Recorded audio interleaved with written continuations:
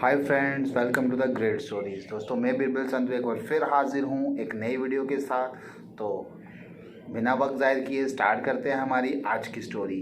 दोस्तों, एक गांव था, वहाँ पे दो मनी लैंडर्स रहते थे। मनी लैंडर्स मतलब जो लोगों को उधार देते थे, जिनके नाम थे, एक का नाम था शाइलोक और दूसरे का नाम था एंटीनियो।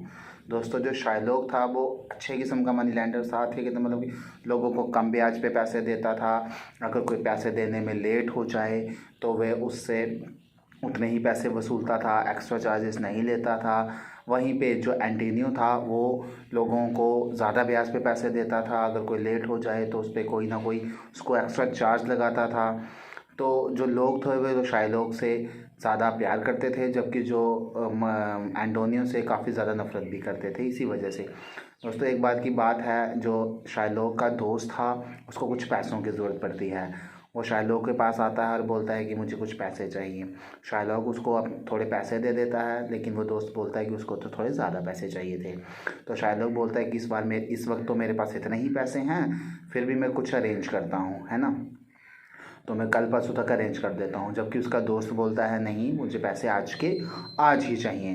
तो दोस्तों, शाइलोक अपने दोस्त की मदद करने के लिए एंटोनियो के पास चला जाता है और एंटोनियो को बोलता है कि उसको कुछ पैसों की ज़रूरत है। एंटोनियो क्या करता है, बदले की भावना होती है उसको शाइलोक के मन में। तो वो क्या करता है, बोलता है ठीक है, मैं तुझे पैसे दे दूँगा, लेकिन तुझे एक पॉलिसी बॉन्ड, एक बॉन्ड साइन करना पड़ेगा। शाइलोक जो अपने दोस्त की हेल्प कर रहा था वो बॉन्ड के लिए तैयार हो जाता है, क्योंकि उसको अपने दोस्त पे विश्वास था कि वो पैसे लौटा देगा। दोस्तों, वो जो बॉन्ड पे लिखा होता है कि जो अगर 6 महीने के अंदर तूने पैसे नहीं लौटाए तो तुम्हारा शरीर का 1 किलो मांस में काट लूँगा, ये एंटोनियो शाइलोक को बोलता है।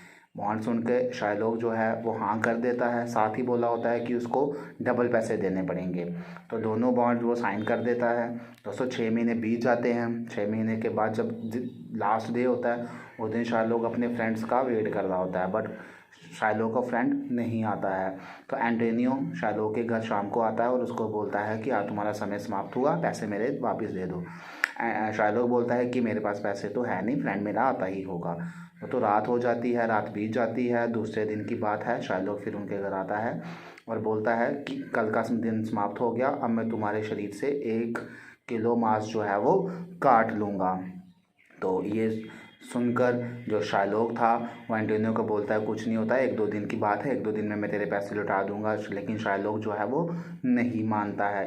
इसमें दोनों की जो लड़ाई थी वो स्टार्ट हो जाती है। वो बोलता है कि नहीं, मैं तेरे शरीर का जो हिस्से का 1 किलो मांस है वो काटूंगा ही काटूंगा। इतनी देर में दोस्तों, शाइलोक का जो दोस्त है वो आ जाता है और वो उसको पैसे दे देता है। लेकिन पैसे मिलने के बावजूद भी एंटोनियो जो था वो नहीं मानता। बोलता नहीं, समय के अनुसार आपने पैसे नहीं चुकाए हैं और इसलिए मैं एक्स्ट्रा ब्याज भी लूँगा और 1 किलो जो है वे मांस भी काटूंगा।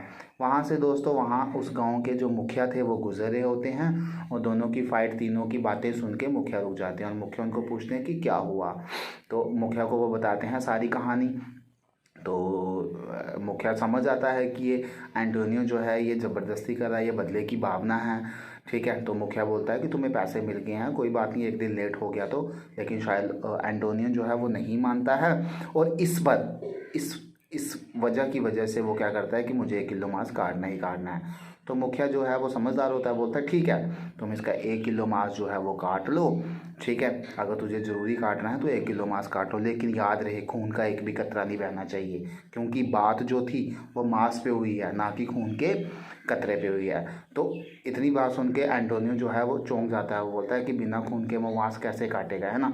तो फिर उसको समझ आती है, राजा उसको इस घटिया हरकत के लिए कुछ समय के लिए पेनल्टी डालता है और दोनों को वहाँ से भेज देता है। तो दोस्तों, इस स्टोरी के माध्यम से हमें 3 चीज़ें मिलती हैं ना, है ना हमें किसी से बदले की भावना रखनी चाहिए, बदले की भावना रखते हुए भी किसी के लिए खड्डा नहीं खोदना चाहिए, क्योंकि क्या पता आप उसी में गिर जाओ।